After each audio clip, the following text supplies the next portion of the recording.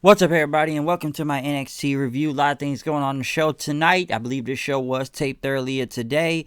So, a couple of important things going on NXT, though, tonight. Of course, we got Mauro Ranallo, Beth Phoenix, and Byron Saxton on commentary. But right off the gate, we do kick it off with the tag team titles on the line. Matt Riddle and Timothy Thatcher versus Imperium, Marcel Bartel, and Fabian Aichner. Of course, the reason why this match has happened, we all know Imperium put up the challenge and have attacked, they've attacked Thatcher and Riddle. There is something to say about this tag match. One thing I was actually kind of surprised at this early on, but as the match went on, it ended up with Timothy Thatcher pretty much getting hit by Matt Riddle as Matt Riddle hit a monkey flip on Bartel and knocking him into Thatcher off the apron. Timothy Thatcher looked pissed off. He pretty much looked at Riddle as he left, as Riddle said, "Where you going? Where you going? Come back." Riddle basically had to fight the match on his own then. He ended up still hitting a GTS on Aichner and pretty much going for Bartel then. But Imperium still ended up hitting him with the European bomb for the win. So now we got new tag team champions. That's something I did not expect. It helps Imperium, but did I really expect them to break up Thatcher and Riddle this early when it's just gone like what? About 2-3 weeks now they've kind of done this with him. So I didn't think they would break them up this fast. I didn't really expect to see no tag team champions, but I guess you got Imperium over here for a reason then, since they're not in a UK show doing anything right now. So I am very surprised to see that. I didn't expect like I said, I expect new tag team titles or, Thatcher to turn on Riddle. Riddle basically looked shocked and surprised then of what happened. So we'll see what Imperium as the tag team champions, but that was very surprising. Even as Timothy Thatcher, why did you do it? Pretty much says, listen, I was there to tap out people while Riddle's there to knock out people, but he wanted to do all these stupid game show segments and whatnot. This is all a mess. But next, Riddle came in, him and Thatcher brawled in as referees braked it up. Tegan Knox, at least this isn't against Dakota Kai this time because I'm sick of them as a feud in general. She went against Indy Hartwell. Basically, it was a showcase for Tegan Knox. Not bad. I don't know who this Hartwell, Indy Hartwell girl is, but had something going now. We'll say that was pretty good. Like I said, the match was all right, and like I said, I know Indy Hartwell is new and everything, but we'll see if something good happens for her. But this was just a showcase for Tegan Knox for the win. I don't know how they ever gonna keep continuing this whole Dakota Kai feud with her, but it continues on. But at least it wasn't tonight. But we'll get into Dakota Kai later. Rhea Ripley was in the back talking about how WrestleMania didn't go her way, but she does want that NXT Women's title back. Io Shirai couldn't get the job done, so even if she has to go through Io Shirai and beat her just to get the Charlotte, she will do that. And pretty much told Charlotte that that title belongs to me, and this just isn't over yet. So a quick promo from Ripley, pretty good. Matt Riddle was talking to William Regal then over, I think, FaceTime, and pretty much was happy with whatever was going on. Pretty much, next thing you know, they asked Riddle what was he talking to Regal about, but next thing you know, Thatcher showed up and attacked him. The referee stopped him, but he came back and hit him with a monitor then to the ground. Next, the Cruiserweight Tournament, which continues on. I feel like I'm starting to stop paying attention. Then, I don't know, man. WWE's got a lot. Every wrestling company's got some type of tournament going on. We already got a tournament for the Intercontinental title this Friday, but I swear every company is just doing a tournament after tournament to tournament, basically to pass time and just eat up as this whole pandemic goes on. But I'm like, man, how many tournaments we got going on here? But Tony Nese ended up going against Jake Atlas. Jake Atlas was talking about how he was going to stay in this tournament tonight. Wasn't a bad match or anything. Tony Nese just take L's after L. And, Atlas won with his cartwheel, like, DDT move, which was okay. It was pretty good. I do like that move. The cartwheel DDT looked pretty cool. But, the tournament is kind of tournament, if you ask me. I guess I paid attention to it, but I haven't, been into it all in the whole way other than a couple guys. But Atlas got the win, so there you go. They then went to Adam Cole, who was talking to Kyle O'Reilly. I guess Kyle O'Reilly is supposed to be, working on a movie. I thought he was hurt. But next thing you know, all the Undisputed Era show up on the screens on wherever their phone, FaceTime, or whatnot on the internet, talk about what they've been doing and what's going on. They got to catch up. Talk about this whole Dexter Lumis thing and what they're going to do about it. They said Roderick Strong's going to do something. He's going to take him out just like they did the Velveteen Dream in his back. They're going to do it to Dexter Lumis now. So, Undisputed Era just hanging out on FaceTime since they're all in that together. We're all going to meet each other, do some screens tonight. So, that was okay. I will say that. Just utilizing what they can with FaceTime and whatnot. They then had a Scarlett Bordeaux and Karrion Kross. I just like to call him Cross video. Talking, Kross was talking, pretty much talking about they're here to shock the system or save you from the black hearts. Basically, we're here to wake you up from a dream that you are asleep forever and you will fall and pray. Basically, they had that "The End Is Near" theme song playing in the background. I'm not going to try to sing that again. And as he ended his promo, TikTok, like I said, they got a lot invested in the Kross and Bordeaux right there. And I guess to say happy birthday to her since they did, I guess, they did say it was her birthday today on this show. But, another Kross and Bordeaux video. Really good. Like I said, they got a lot invested in both of these guys. They then went to Dakota Kai and Raquel Gonzalez, had another video of her. As Dakota Kai talked about coming back from injury and how WWE was pretty much put her in the back so Tegan Nox could be showcased. And, basically, Tegan Nox had to be taught a lesson, and that's why Raquel Gonzalez was brought in the picture. Pretty much she showed up on a motorcycle then for some reason, saying her and Kai, they basically understand the same thing, and, they got the same motives and stuff, and they're out to hurt people. So they're in the hurt business right now. So we got a promo video from them. They then interviewed Swerve right there, Isaiah Scott, talking about being eliminated if he loses tonight. But he talked about his confidence in the ring because if he loses, he might as well quit wrestling. But, he got to win over Jack Gallagher. And he said tonight he's going to go protect his house. Swerve's house.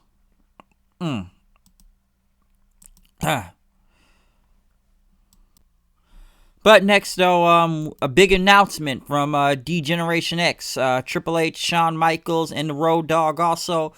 DX in the production room somewhere. Pretty much Shawn Michaels had a face mask on and everything. Pretty much talking about, listen, man, we have a big announcement. And listen, it's going to be better than Triple H's 25th anniversary thing on SmackDown. And, since Regal couldn't make it, and, there's another 25th anniversary going on. The 25th anniversary of In Your House. I haven't heard about that pay-per-view in a very long time. Then again, I never really watched it because I didn't really grow up watching it. I've seen enough clips to know what In Your House is and stuff, but I didn't grow up around when In Your House was around, no. But I do remember the DX one, and Road Dogg popped from behind and says, "Oh, where were you? Down there?" Get the joke. And pretty much, nowadays, you all in your house, because we're all stuck in our houses, basically, okay, as Triple H put. So, we're going to do NXT TakeOver in your house, and it's going to be happening on June the 7th. So, NXT TakeOver in your house is happening. So, they are bringing In Your House back. I have not heard about that pay-per-view in a long time, but since it's the 25th anniversary of it, good idea, because, they even went through all each other's matches. Road Dogg went against... who did he go against? I guess you remember during that time. Razor Ramon, Shawn Michaels went against Jeff Jarrett, and Triple H went against Henry Godwinn. Honestly, I do not remember any of these matches because I wasn't even around at that time, and I need to go back and watch clips of it, I guess. But DX, pretty much bringing in Your House back, so good. That's pretty cool. I do like that announcement for another takeover. We'll see what happens. And I like how Triple H was like, Q Balor music, because we then went to Finn Balor versus Cameron Grimes. An unexpected match, I should say, because Balor was great last week. Especially punking out Cameron Grimes and everything. After Grimes say he's going to slap him. This is actually a pretty good match until, guess who shows up? Damian Priest. Balor turned around and looked for a second. And he looked at Damian Priest as he tried to jump the guardrail. Balor attacked him and he threw Cameron Grimes back in the ring as he kept focusing on him. But before Balor could get back in the ring, Priest hit him with the that baton he holds around. Next thing you know, Grimes comes in with a big cave-in stomp. He didn't hit him in the chest. He hit Balor in his back, I should say, more than he hit him in the chest. But after Grimes won, Priest got him in the ring. He hit him with the reckoning on a steel chair. And he put the chair under him there and pretty much told him, like, listen, your search is over. You now know who the one who attacked you 3 weeks ago. So Priest attacked him. I guess since he's not going after Keith Lee anymore. And everything. He's going to go after Balor now. He was the man that attacked him. So that was a bit of a surprise right there. And Grimes getting the win over Balor. That was something unexpected too. But they are protecting him and still beating up his stock by getting sometimes of a fluke win on guys when something else is going on with them. And Balor, which I guess he's still a tweener or he's a face right now. Well, I guess tweener I should say. Still keeping him doing something until they get to Walter. Priest going against Balor, not a bad idea. That was actually a pretty good segment right there. So we'll see what goes on with that. But I did not expect Grimes to win, but I guess they finally found the attacker. Jack Gallagher went against Swerve. I just call him Swerve now. I want to say Shane Strickland, but I know they can't do that. This was something I did not expect to happen. Something I really did not expect to happen. Gallagher actually won the match. I thought they just mostly brought Gallagher in to jobs all these guys in this whole tournament. I guess that's Tony Nese, but it was an okay match between him and Swerve. Swerve was going for a suplex, but Gallagher got out of it and hit a elbow. So Gallagher and Swerve are already out of the tournament as it is already due to their losses. That's something I did not expect. I kind of question how they push Swerve sometime. Just kind of odd to me of how they do it, so I'm not really sure on how they push him. A little weird sometimes, but I did not really expect that. But like I said, Swerve and Gallagher are out of the tournament now, so that was something I really did not expect. Kay and Carter went against Aliyah. I'm sure it's gonna be a lot of people shitting on Aliyah right now. The match was okay, but I think the focus was on Robert Stone, who was watching. Pretty much scouting talent, it may have looked like. Pretty much Aliyah looked back for a second, but, Kay and Carter pretty much had her on the ground. Pretty much hit her with a kick and then put her in the Indian Deathlock submission for the win. Aliyah loses again. Does this girl ever win? I don't even know. Every time I see Aliyah, she always loses, but she kept going to Robert Stone or Robbie E. I should just say Robbie E at this point. That's basically what he is. To try to get part of his whole thing going on right now. Maybe something will happen for Aliyah. I don't know, because every time I see this girl, she loses. And then when they look like they want to push her, they never push her. I don't think she's really that good in general, but every time they want to do something with her, nothing ever comes into fruition. Maybe something will happen with her this time. I don't know, but maybe we'll see what she tries to go and try to get in Robbie E's stable, but this girl obviously needs something. I didn't know she's been in WWE for like 5 years and has literally done nothing when you think about it, so maybe something will happen good for Aliyah. I don't know, since they've had her on TV this many times. Time for dinner time with Gargano. The Garganos, Johnny Gargano and Candice LeRae, as they were eating dinner and talking about what happened with Dijak or Dominant Dijakovic. Gargano pretty much then talked about, Keith Lee is not as good since, he's the one that beat up Dijak out there. But Gargano pretty much then they went into the dark thing again. It's like they go from regular talking, then they go to a dark, the whole spooky, we got to turn the screen black and white, then filters and whatnot. And pretty much said, if you say something about our names, the Garganos will take you out. Okay? And since they had to be, try to look like evil villains and whatnot, they went to Keith Lee. Not Keith Lee, but Candice already talked about Mia Yimden always getting a chance to fight Charlotte. She gets all these opportunities, and I gotta fight Casey Catanzaro, saying, she thinks she's a ninja and a warrior. She's not either one. She is American, though.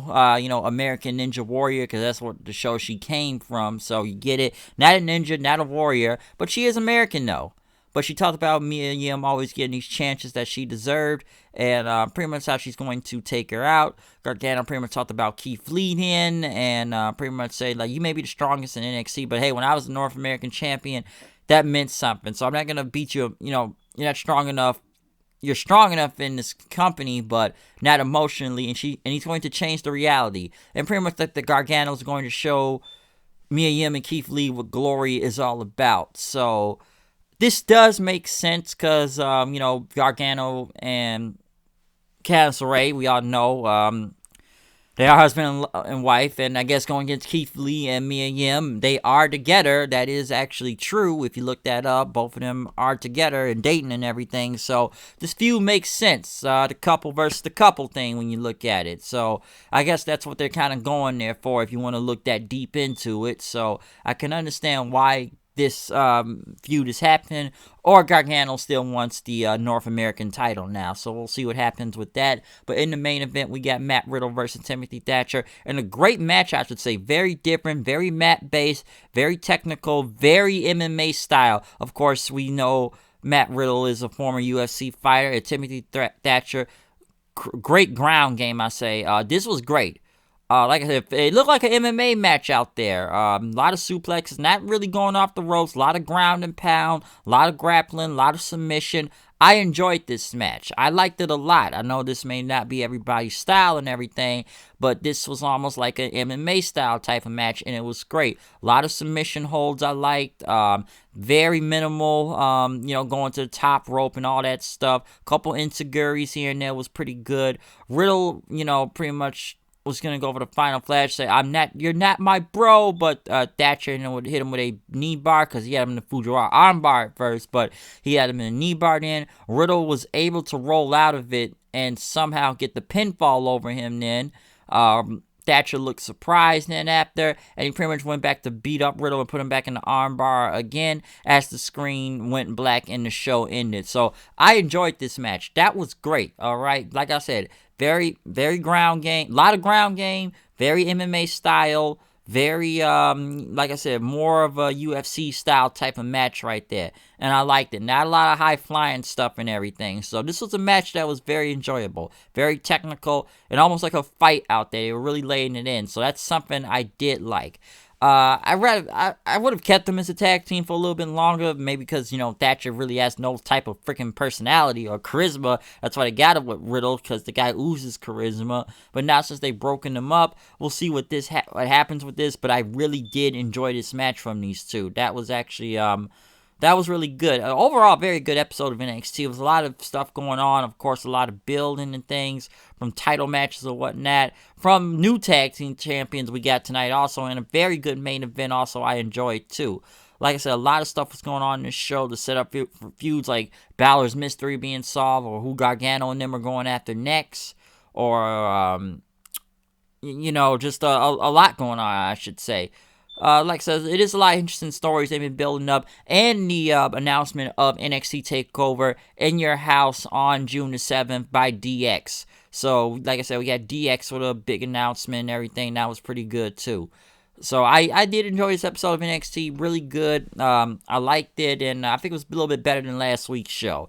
Last week just had too many false finishes and whatnot, especially with title matches. This was pretty good, and it does build up into the next TakeOver. So, other than that, I'm out of here. See you guys later. Peace, comment, subscribe. Tell me what you think about this show. Follow me on Twitter at HoodedKnight890. I'll see you guys later. Out.